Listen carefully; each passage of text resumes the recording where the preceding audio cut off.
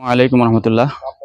গত কিছুদিন আগে সারা দেশে হৃদয় বিদারক, হৃদয়কে নেড়ে দেওয়ার মতো একটা ঘটনা ঘটেছিল। আপনারা সবাই দেখেছেন, জেনেছেন যে মৌলভীবাজারের কুলাউড়ার একটা চা শ্রমিক পরিবারের একটি সন্তানকে, প্রতিবন্ধী সন্তান, তাকে মাটির গর্তের ভিতরে রেখে স্বামী স্ত্রী উভয় তাদের কাজে গিয়েছিল। তো তাদেরকে দৈনন্দিন এই ঘটনার সম্মুখীন হতে হয়। শুধু একটা পরিবারের না, আমি আজকে চা বাগান শ্রমিকদের কথা বলবো, যারা বাংলাদেশের 1.5 লক্ষর সংখ্যাগরিষ্ঠ একটি সংখ্যা। তো চা বাগানের এই 1.5 লক্ষ শ্রমিক, যারা আমাদেরই একটা অংশ, বাংলাদেশের নাগরিক, কিন্তু তারা কিন্তু সব রকম সুবিধা পাচ্ছে না। তো আমরা আজকে কথা বলবো চা বাগানের একজন, আমার পিছনে দেখতে পাচ্ছেন চা বাগানে ব্যস্ত, তার সাথে কথা বলবো এবং সরাসরি তাদের কাছ থেকে শুনবো কিভাবে তারা জীবনকে মোকাবেলা করতেছে। আসসালামু আলাইকুম। ওয়ালাইকুম সালাম। একটু ছায়া আসেন। কি নাম আপনার? অসীম। অসীম, আপনি এখানে চা বাগানে কতদিন ধরে? প্রায় 1.5 বছর। 1.5 বছর ধরে। আপনার ফ্যামিলিতে কয়জন আছে? আমরা আছি 5-6 জন। 5-6 জনের পরিবার। জি। আপনার বাবা আছে, মা আছে, জি, স্ত্রী সন্তান সবাই আছে। আচ্ছা, আপনার এখানে যে কাজ করেন, কাজের ডিউটি কয়টা থেকে কয়টা পর্যন্ত? সকাল 8টা থেকে বিকাল 4টা। সকাল 8টা থেকে 4টা পর্যন্ত তাদের ডিউটি। আচ্ছা, এর ভিতরে আপনাদের পারিশ্রমিক কত দেন? 170 টাকা বা 80 টাকা দেয়। 170 টাকা বা 80 টাকা এই 8 ঘন্টার ডিউটিতে? জি। প্রিয় দর্শক, আপনারা বুঝতেছেন যে একজন চা শ্রমিক, সে সকাল 8টা থেকে 4টা পর্যন্ত ডিউটি দেয় এবং তাদের পারিশ্রমিক হলো 180 টাকা বা 170 টাকা। তো আপনাদের কি এই 180 টাকার কি আপনার সংসার সুন্দর মতো চলে? আরে ভাই, কি কর না কর, 100 টাকা 180 টাকা আমাদের থাইকেও যায়, তো অর্ধেক টাকা থেকে যায়। আচ্ছা। কারণ আমাদের ছেলেদের পড়ালেখা লাগে না, আমার চিকিৎসা লাগে না, তারপরে খাওয়া দাওয়া করানো লাগে না, আমার মা বাবার কিছু খরচ দেওয়া লাগে না, আমার নিজের কোনো খরচ নাই।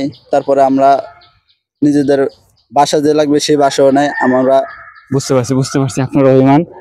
উনি পুরো বাংলাদেশকে অভিমান করে কথাগুলো বলতেছে। আসলে যারা আসলে আমরা দেখতেছি ভিডিওগুলা, আসলে ওনাদের অভিমানের জায়গা অনেক। কারণ ওরা 180 টাকা দিয়ে, যারা একদম নিম্ন মধ্যবিত্ত বা একদম অসচ্ছল পরিবারের কথাও যদি বলি, 180 টাকা কিন্তু আসলে চলে না। কারণ একটা ফ্যামিলি 180 টাকাতে চলবে, এটা বাংলাদেশে এই সময় আসলে কল্পনাও করতে পারে না। তো আসলে বাংলাদেশের চা শ্রমিক যারা আছে, তাদেরকে নিয়ে আমরা আসলে অনেক রকম কথা শুনি। আমরা এর আগেও জানছি যে তাদের মাতৃকালীন যে ছুটি তাদেরকে দেওয়া হতো না, এবং এটা আন্দোলন করে সম্ভবত তারা আদায় করে নিয়েছিল। তো এই সমস্ত হৃদয় বিদারক ঘটনা এখন পর্যন্ত যে বাংলাদেশে ঘটতেছে, বাংলাদেশের চা বাগানের চা শ্রমিকদের সাথে ঘটতেছে, এটা আসলে অকল্পনীয় এবং অবর্ণনীয়। তো আমি আসলে ভাইয়ের সাথে কথা বলে খুবই খারাপ লাগলো। তারপর আমি কাছে এসে দেখলাম, কারণ একটা ফ্যামিলি এভাবে চলতে পারে না। একটা ফ্যামিলিতে যদি একটা প্রতিবন্ধী ছেলে কেন আসবে না বলেন? চা বাগানে একটা শ্রমিকের প্রতিবন্ধী ছেলে হওয়া স্বাভাবিক। হয়তো আমাদের সামনে একটা নজির আমরা দেখতে পাচ্ছি, কিন্তু এরকম হয়তো অসংখ্য রয়ে গেছে চা বাগান শ্রমিকদের পরিবারে। কারণ তারা যদি মাতৃকালীন যদি ছুটি না পায়, সেখানে তাদেরকে যদি শ্রম দিতে হয়, সেক্ষেত্রে এই দেখা যায় প্রতিবন্ধী হওয়াটা স্বাভাবিক। তো এই বিষয়টাকে রাখবো আপনারা সরকারের সামনে, এবং আমাদের বাংলাদেশে যারা জনকল্যাণমূলক কাজ করেন এবং বিশেষ করে যারা শ্রমজীবী মানুষকে নিয়ে ভাবেন, তারা অবশ্যই ভাবেন বাংলাদেশের চা শ্রমিক যারা আছেন, তাদের অন্তত ন্যায্য শ্রমের মূল্যটা যেন দেওয়া হয়, এবং তাদের যে মৌলিক চাহিদা, মানুষের যে মানবিক যে মৌলিক চাহিদাটা, 4টা চাহিদার মধ্যে তারা যেন খাদ্য পায়, বস্ত্র পায় এবং চিকিৎসাটা পায়, অন্তত তারা মানুষের মতো যেন বাঁচতে পারে।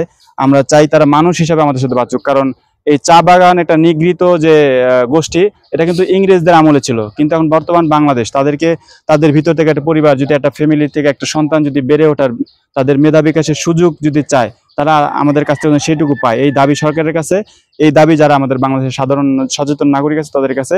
সবাইকে আসসালামু আলাইকুম রহমতুল্লাহ।